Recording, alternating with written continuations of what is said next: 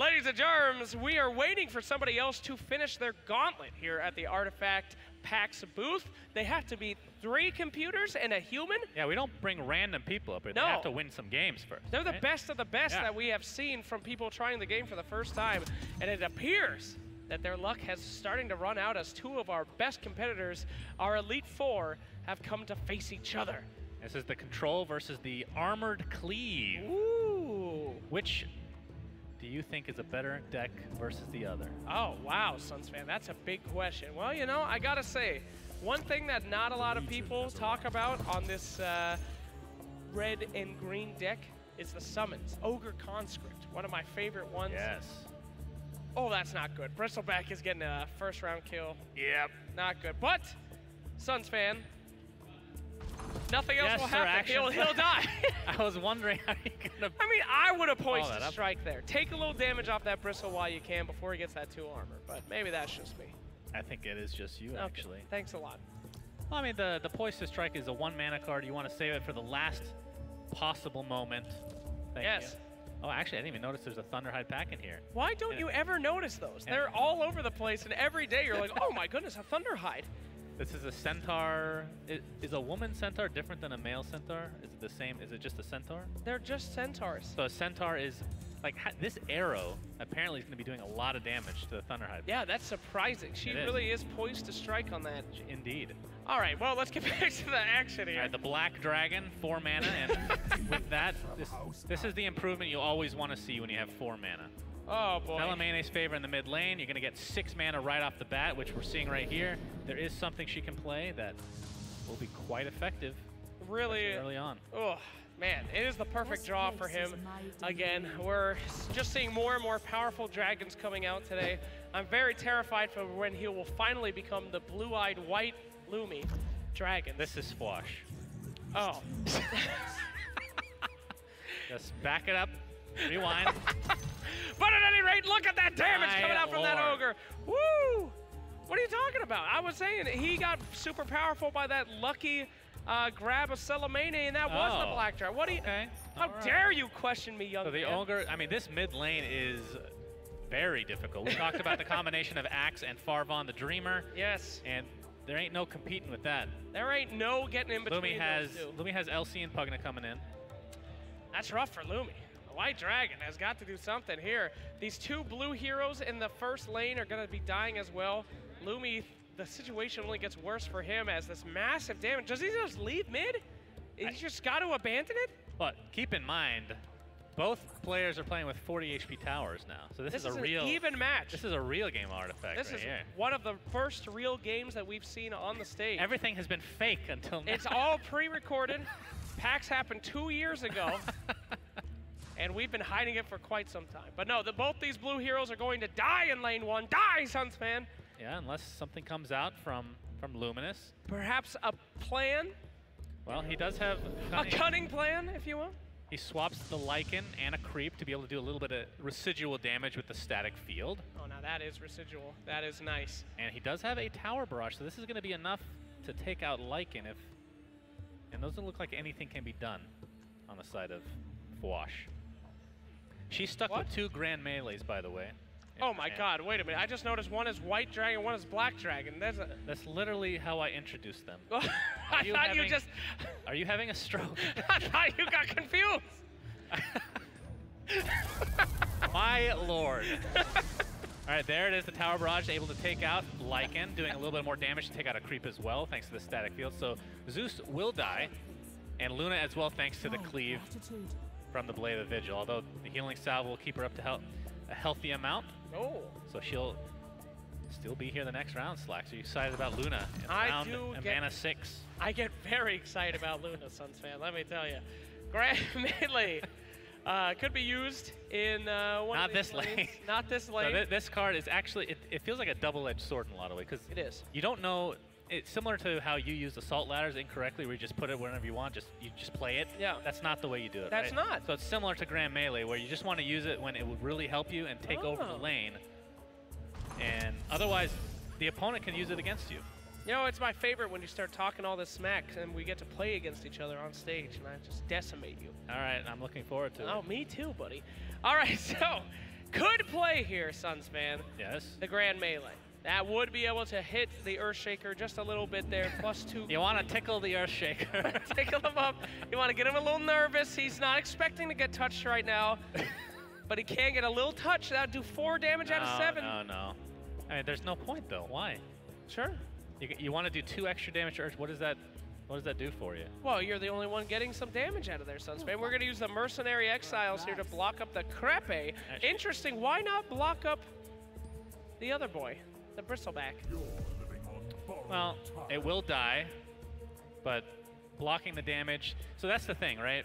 We're not playing with 30 HP on each tower, so protecting the tower isn't, I'm not saying it's not important, it's just not nearly as important as it is with the handicap. Yes, the handicap. So I would actually have done the same thing, because it's not like you're trying to chip, I mean, yeah, you're trying to chip away at the tower, but this creep is so valuable, especially when you have a lot of gold. And it's a 5/6, that's something to be afraid of. Isn't it the opposite of valuable? Because it takes your money. It invests your money. It doesn't. It's valuable. It doesn't invest? Investments are valuable if spent correctly. And only time will tell if that was spent correctly. Wow, what a save. That was an incredible turnaround. Thank you. One of the better plays I've seen this match, that's for sure. As we see these are 2 competitors going head-to-head here, we do have a couple options here coming out from the White Dragon. Fwosh herself, she could play Eclipse. That's Lumi.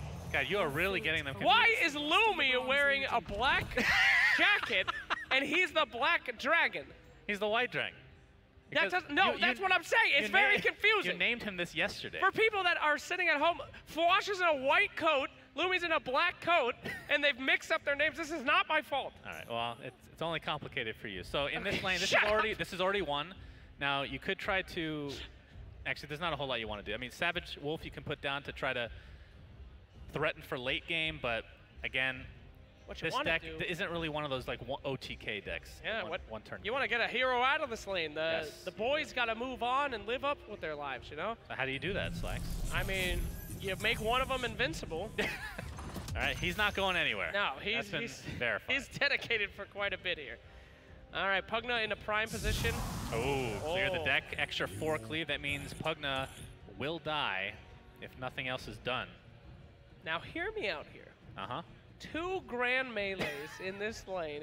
You ensure that everything dies. Nothing changes, actually. Literally nothing will change. Grand Melees played. You ensure. You need to hit something for there to be cleave. The towers I understand the game mechanics, Suns fan. I'm just saying. Yes. Trick your enemy a little bit, you know? Make them think that you're not going back in there. So it's mind games is what you're trying. It's the mind. Mental damage. Mental damage. I'm not into that example, but I'm into the general concept. All right. Well, I can guess where this Lycan's going to go. Yeah, probably the first. I mean, this mid lane is super scary. If you're the White Dragon here, you might even want to just put Zeus down there. And that's exactly what's going to happen. Hoping for an Echo Slam of sorts. Of course, Axe will not be affected by that, but he will be affected by that creep who is tanking him. He will be psychologically affected by watching the entire lane go down. That's Axe. His lore is about him watching his entire army Why do you have to question everything that I say? You taught me this. I did teach you and I regret it. I wish I never taught you anything. I'm so sorry. All right, anyway, so we have one of the dragons, who I will not attempt to identify, defending this first lane. The viewpoint we're looking at is Fwosh. Forget about the names. Okay. The viewpoint we're looking at is Fwosh. Fwosh going to go ahead and hit the Potion of Knowledge, drawing another Savage Wolf, but it's a Red Mist Paladin. So this is going to be a huge issue. Of course, there is a response here. Sure. There's a couple responses, in fact. Either one. Which one would you put down? That's a great question, Sunsman. I think I would put down the, let's see. I would have to put down the Decoy. I think you can make an argument for either. Yeah. Obviously, in general, Savage Wolf is going to be worth more, but Rebel Decoy this late in the game, depending on what cards you have, like, actually, the Rebel Decoy is much more valuable because it works as like a phase boots, right? So let's say you get like a Pugna or an LC in this lane and you get a Berserker's Call. Positioning is super important. Look at that. The double creeps. A lot of noobs in this game use their creeps early, like me. Late game creeps do a lot, just blocked a ton of damage. So hoping for an Echo Slam is Lumi. Will not get it. Lumi could use Eclipse for no reason. So I hope he doesn't do that. Yeah, he could also use Ventriloquy for no reason. Yeah. He does have a Thunder God's Wrath, and that will do pretty much nothing. It'll get Lycan to 1 HP. And actually, that will kill him. It will kill him, thanks to the what? What is the spell called? The improvement? Excuse me? This improvement, what is it called? Oh, I'm sorry, I can't see your screen. Can you describe how it's called to me? This, the fire one? I can't see what you're talking about. The Please say its name. Conflagration? There you go. There we go. All right, we're finally going to see Grand Melees used to high effect. Actually will be enough to cleave onto the Zeus, which is a very important play because even if he got Echo Slam next round, it won't matter because he won't have a blue hero here. That's correct. That is super rough. He doesn't have a TP scroll or anything of that nature.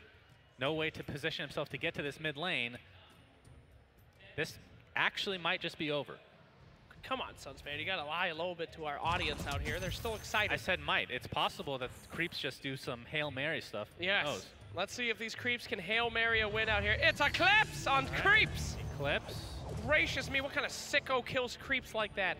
Doing 10 damage to the tower, make it 12. Hello. But oh, make that 14, Suns fan. That's a double cleave, boys, right there. Pretty intense stuff. But how does he live through this next turn? So it depends on how much damage is actually be done to this tower. Right here it says 26, but Fwosh does have several things that she can use. She could just go all in mid, and that's probably what I would do. A foolish move by a foolish man. There's only, because when you're deploying your heroes, you can see what lanes the creeps are going to ahead of time, like we see now. Yeah. And actually says only one creep, probably going to be okay. No? Probably.